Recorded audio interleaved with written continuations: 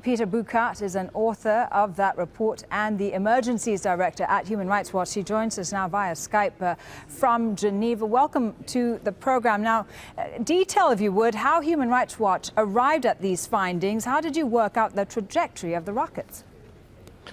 It's actually not Human Rights Watch which worked out the trajectory of the rockets. It's the UN experts themselves. It's contained in the report. But that report doesn't specify exactly where those rockets came from, did it? No, but they give the trajectory, the angle at which the rockets came into these neighborhoods. So we simply mapped the trajectory on the map. And it points clearly towards the Republican Guard base as the origin of those rockets. But how conclusive can those findings be? It was mentioned in your report as connecting the dots, which certainly wouldn't hold up in any court of law, would it? I think you need to look at the holistic nature of the evidence. It's not just the trajectory of the rockets. Human Rights Watch has documented, like the UN experts, that 140 millimeter and 330 millimeter rockets were used, which are only known to be in the possession of the Syrian government.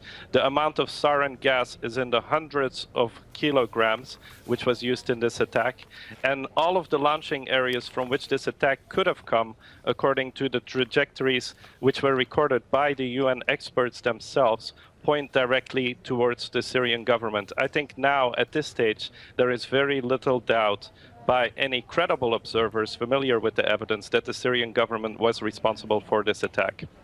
Doesn't Human Rights Watch usually focus on humanitarian affairs, on human rights offenses? Why are you getting involved in this, trying to find out who's responsible for these chemical weapons attacks?